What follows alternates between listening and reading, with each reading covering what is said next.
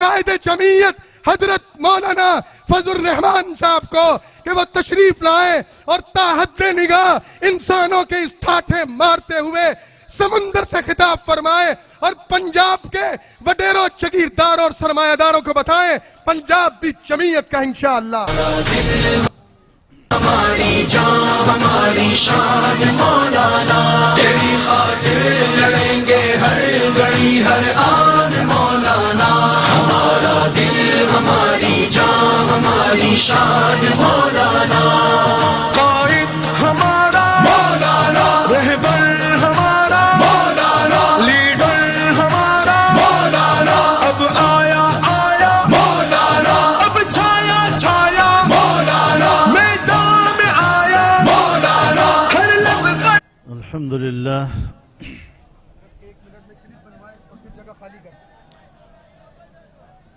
الحمد لله وكفى وسلام على عباده الذين اصطفى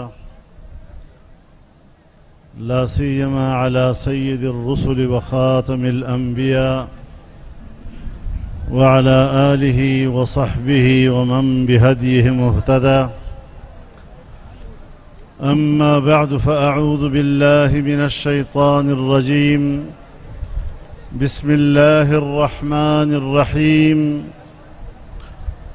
يا أيها الذين آمنوا إن تطيعوا الذين كفروا يردوكم على أعقابكم فتنقلبوا خاسرين بل الله مولاكم وهو خير الناصرين.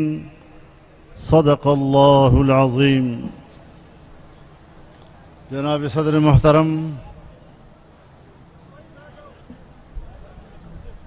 حضرات علماء کرام،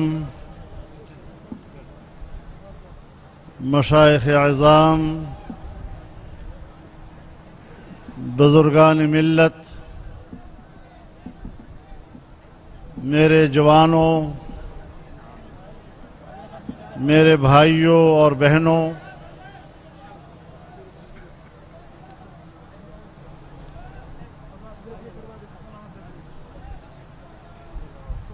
قصور کی سرزمین پر اور پھول نگر کی اس نگری میں اہل پنجاب کا یہ فقید المثال اجتماع، یہ تاریخی اجتماع پنجاب کے عوام کی سوچ میں تبدیلی کی نوید لا رہی ہے. لگتا ہے اب آپ کے تیور بدل چکے ہیں.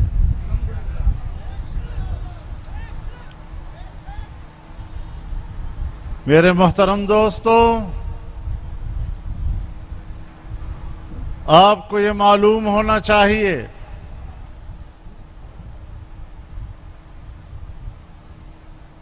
کہ اس وطن عزیز کی آزادی کے لیے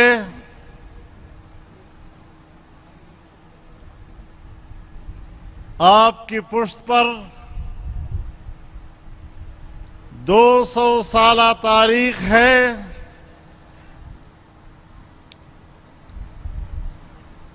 جب ہندوستان کو انگریزی حکومت سے آزادی دلانے کے لیے ہمارے اکابر نے اسے دارالحرب قرار دیا تھا، جہاد کا آغاز کیا تھا، ایک صدی تک بر صغیر میں علماء لڑتے رہے، بے سر و سامانی کے عالم میں لڑتے رہے، عالمی قوت کے خلاف لڑتے رہے.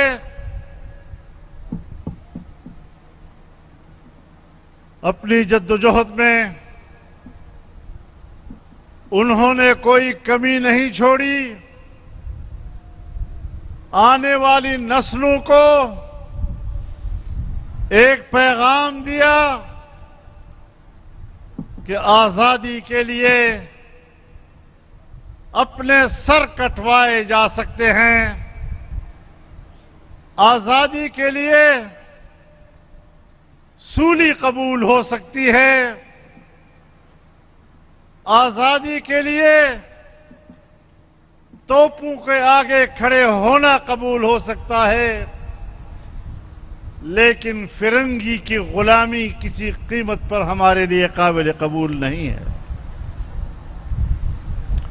سنو، آپ ان اکابر کی اولاد ہیں، آپ کی یہ تاریخ ہے غیرت و حمیت سے بھرپور، آپ کا یہ نسب نامہ ہے، اور آج اپنے اکابر کا آپ کے اوپر قرض ہے کہ اپنی آزادی و حریت کے لیے میدان عمل میں ان کی آرزوؤں کو پورا کریں، ان کی روحوں کو تسلی اور سکون عطا کریں۔ جب تک بر صغیر کی قیادت، سیاسی قیادت علماء کے ہاتھ میں تھی، بر صغیر میں کوئی فساد نہیں تھا، نہ ہندو مسلمان کا فساد ہوا، نہ شیعہ سنی کا فساد ہوا، نہ دیوبندی بریلی کا فساد ہوا، لیکن جب انگریز کی گرفت مضبوط ہو گئی اور مسلمانوں کی قیادت انگریز کے وفاداروں کو منتقل ہوئی، ان کی نااہلی دیکھیے یا ان کی بدنیتی دیکھیے کہ تب سے یہاں پر فرقہ وارانہ لڑائیاں ہو رہی ہیں، ہندو مسلمان فساد ہوتے رہے ہیں، شیعہ سنی فساد ہوتے رہے ہیں، یہاں پر پشتون بلوچ کے فساد ہوتے رہے، پشتون پنجابی کے فساد ہوتے رہے، سندھی مہاجر کے فساد ہوتے رہے، اور وہ خون جو ہم ایک دوسرے کا بہاتے رہے آج بھی تھمنے کا نام نہیں لے رہا، آج بھی ہر طرف خون بہہ رہا ہے، لیکن آپ کو تسلی دینا چاہتا ہوں، دنیا پر واضح کر دینا چاہتا ہوں کہ تم لاکھ انسانی حقوق کے علمبردار کا دعویٰ کرو، تم لاکھ کہو کہ ہم تو انسانیت کے حقوق کی بات کرتے ہیں، لیکن پاکستان کے 78 سالہ زندگی میں اگر فرقہ واریت کے فتنے کو شکست دی ہے تو جمعیت علماء نے دی ہے، اگر لسانیت کے فتنے کو شکست دی ہے تو جمعیت علماء نے دی ہے، اگر قومیتوں کو لڑانے اور ان کے درمیان نفرتیں پیدا کرنے کی سیاست کو شکست دی ہے تو جمعیت علماء نے دی ہے، اور اگر کسی نے خون بہا کر مقاصد حاصل کرنے کی کوشش کی، خون ریزی کی سیاست کو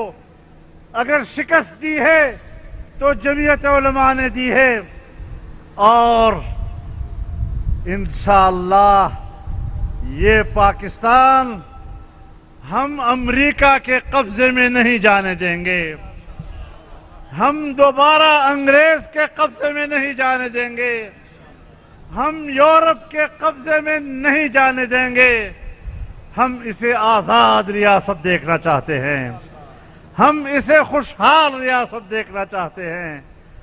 یہاں پر سٹیج پر باتیں ہوئیں پنجاب کے زمیندار کی، پنجاب کے کسان کی، پنجاب کے مزدور کی۔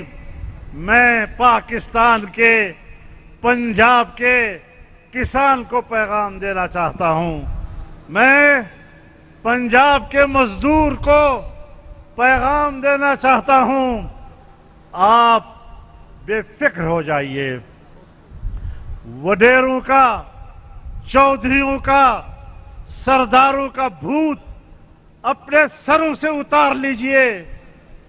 یہ جنگ جمعیت علماء اسلام لڑے گی۔ اگر تیرے گریبان میں کسی طاقتور کا ہاتھ پڑا، جمعیت علماء اس ہاتھ کو توڑ کر رکھ دے گی۔ اگر کسی جابر نے آپ کے گلے میں ہاتھ ڈالا، اس جابر کا ہاتھ توڑ دیا جائے گا۔ اور ہم نے پاکستان میں، ہم نے خیبر پختونخوا میں، ہم نے بلوچستان میں بڑے بڑے قوانین، بڑے بڑے نواب جو اپنے آپ کو خدا کہا کرتے تھے، ان کی خدائی کو اگر زمین بوس کیا ہے تو پنجاب کا چودھری اور نواب کی خدائی کو بھی ہم ہی زمین بوس کر سکتے ہیں۔ آپ ذرا ارادہ تو بدلیں۔ پاکستان کا اور پنجاب کا کسان ذرا اپنی رائے تو بدلے، اپنے اندر خودداری تو پیدا کرے۔ یہ لوگ تھانے کی سیاست کرتے ہیں، یہ لوگ پولیس سے مل کر تمہیں گرفتار کراتے ہیں، تھانوں میں پولیس کے ہاتھوں تمہاری تذلیل کرتے ہیں، اور پھر تذلیل کرنے کے بعد تھانے آ جاتے ہیں اور کہتے ہیں صحیح ہے تو ہمارا بندہ ہے، اس کو رہا کرو۔ بظاہر وہ آپ کا خیر خواہ بنتا ہے، لیکن آپ کی تذلیل کے پیچھے بھی اسی کی سازش اور اسی کی خواہش ہوا کرتی ہے۔ تو میرے محترم دوستو، ندیم صاحب سپیکر کو ذرا دیکھیں، پیچھے آواز نہیں ہے۔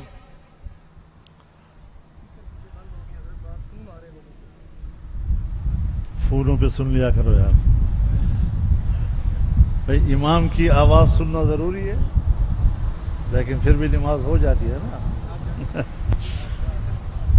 تو میرے محترم دوستو، ہمارے ملک میں ایک آئین ہے، اور اس آئین کی روح سے ایک پارلیمنٹ ہے، یہ عوام کی نمائندہ ہے، اور اس پارلیمنٹ کا فرض منصبی ہے کہ وہ عوام کی قوت کو مضبوط کرے، عوام کے حقوق کی جنگ لڑے، عوام کو طاقتور بنائے۔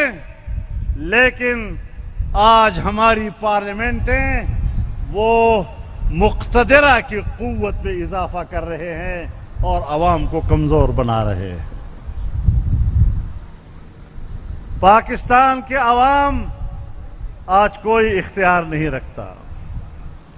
پاکستان کے عوام ووٹ ڈالتا ہے، لیکن عوام کا ووٹ منظر عام پر نہیں آتا، پتہ نہیں کہاں غائب ہو جاتا ہے۔ گلگت میں الیکشن ہوا اور ایک پولنگ اسٹیشن پر جہاں جمعیت علماء کے بارے میں کہا جاتا ہے کہ جیت رہا تھا، اس کے بکسے دریا میں ڈال دیے گئے۔ اب بتاؤ دریا میں بکسے کہاں ڈھونڈے، ووٹ کہاں سے گنے؟ اب اس قسم کے عوام کے جب حق رائے دہی پر ڈاکہ ڈالا جائے گا، اس کے حق کے بیعت پر ڈاکہ ڈالا جائے گا، اور پارلیمنٹ عوام کے حق کی جنگ نہیں لڑے گی، وہ مقتدرہ کو طاقتور بنانے کی جنگ لڑے گی، جو دھاندلیاں کراتی ہے، جو نتیجے تبدیل کراتے ہیں، جو عوام کے ووٹ کو اپنے قبضے میں لے کر اپنی مرضی کے نتائج سامنے لاتے ہیں، ان کو طاقتور بنائے گی، تو پھر یہی انداز ہوگا کہ نہ آپ کو گندم ملے گا اور نہ آپ کو چاول ملے گا. پھر بھوک اور افلاس کے علاوہ آپ کے پاس کچھ نہیں ہوگا. پھر فساد کے علاوہ آپ کے حصے میں کچھ نہیں ہوگا. میرے محترم دوستو، یہ بڑے اہل لوگ ہیں، حکومتیں کر رہے ہیں. ان کا بھی اندر کہتا ہے کہ ہم واقعی جیتے ہوئے ہیں، اس لیے حکومت کر رہے ہیں. یہ حکومتیں کر رہے ہیں، تبھی تو عوام کا اعتماد نہیں ہے. عوام ٹیکس نہیں دے رہے. اور یہ آج کی بات نہیں ہے. پاکستان کا عوام اس وقت سے ٹیکس نہیں دے رہا جب اس سرزمین پر انگریز کی حکومت تھی. بر صغیر کا باشندہ وہ یہ سمجھ رہا تھا کہ میں جو بھی ٹیکس ادا کروں گا وہ انگریز کی گرفت کو مضبوط کرے گا، غلامی کی رسیاں اور کسی جائیں گی، یہ انگریز کے مفاد میں جائے گا، انگریز اپنی طاقت کے لیے میرے ٹیکس کو استعمال کرے گا. پاکستان بن گیا. ہونا یہ چاہیے تھا کہ حکمرانوں پر اعتماد ہوتا، لوگ ان کو ٹیکس ادا کرتے، لوگ ٹیکس چوری نہ کرتے. 78 سال ہو گئے ہمارے ملک کے حکمران عوام کے اندر اعتماد بحال نہیں کر سکے، اور آج بھی پاکستان کا شہری ان حکمرانوں کو ٹیکس دینے کے لیے اس لیے تیار نہیں کہ ان کو پتہ ہے کہ میرا ٹیکس میری فلاح و بہبود پر خرچ نہیں ہوگا، بلکہ میرا ٹیکس IMF کے پاس جائے گا، FATF کے پاس جائے گا، ورلڈ بینک پہ جائے گا، بیرونی قرضوں کے لیے استعمال ہوگا، امریکی مفادات کے لیے استعمال ہوگا، یورپ کے مفادات کے لیے استعمال ہوگا، عالمی مالیاتی اداروں کے مفاد کے لیے استعمال ہوگا. جب پاکستان کا شہری یہ سمجھے گا کہ میرا پیسہ، میرا ٹیکس وہ میرے مفاد کے لیے استعمال نہیں ہو رہا، وہ کیوں کر آپ کو ٹیکس ادا کرے گا؟ پھر گلہ کرتے ہو کہ لوگ ٹیکس نہیں دے رہے. ہمارے ملک کی آبادی بڑھ گئی ہے، لیکن آج مہنگائی کا کیا صورتحال ہے؟ پیٹرول کہاں پہنچ گیا ہے؟ بجلی کی قیمت کیا ہے؟ ہندوستان میں بھی بجلی لوگ لیتے ہیں، بنگلہ دیش میں بھی، چائنا میں بھی، افغانستان میں بھی، ایران میں بھی، انڈونیشیا میں بھی، ملائیشیا میں بھی. پورے خطے میں بجلی کی قیمت نہیں بڑھ رہی، تو پاکستان کی سرزمین پر بجلی مہنگی عوام کو کیوں دی جا رہی ہے؟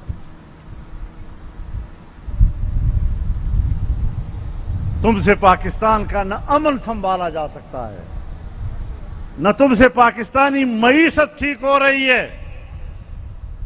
پھر صرف دھاندلی کی بنیاد پر حکومت کرو گے نا؟ ویسے تو آپ عوام میں نہیں ہیں. پھر تو دھاندلی کی حکومت کو اگر ہم نے 2018 میں تسلیم نہیں کیا تھا تو ہم نے 2024 کے الیکشن میں بھی دھاندلی کے الیکشن کو تسلیم نہیں کیا، اور ہم اپوزیشن میں بیٹھے ہیں. بظاہر پارلیمنٹ پہ ہم تھوڑی تعداد رکھتے ہیں، لیکن پورے ملک کے میدانوں پر اپوزیشن جمعیت علماء کر رہی ہے، اور پاکستان کے میدانوں کی سیاست پر جمعیت علماء چھائی ہوئی ہے.